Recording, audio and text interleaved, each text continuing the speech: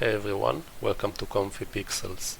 ComfyPixels allow you to take your ComfyUI workflows and create a generation page for everyone to use, all in a few minutes. So to start, let's start by clicking the serve in your workflow, give it a name and description. Let's say that you don't want to show this on the home page, you want it to be private.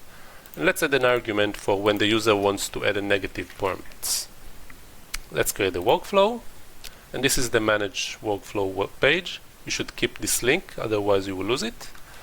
Okay, so in order to start, you need the ComfyUI serving toolkit, which is also available in the manager of ComfyUI. This will give you the access to the serving nodes, and we will actually need the WebSocket serving node. In the WebSocket URL, we can copy the WebSocket link.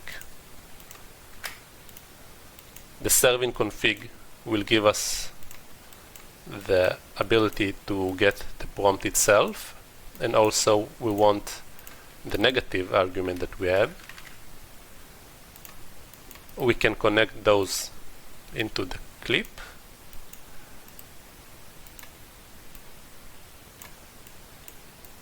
Okay, this is the default argument if you might want to add them.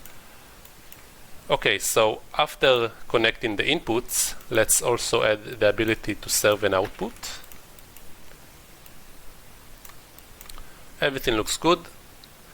When you queue the prompt, you should notice that it will only work one time, so you should click the extra options and then auto queue to make sure it always happens and allow infinite generations.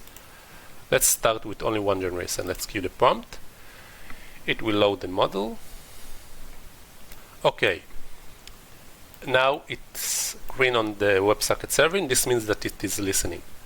So we can go to our manage workflow and click on the generation page. This is the link that you give to your friends. Let's say that we want to generate an evil mage. Click on generate.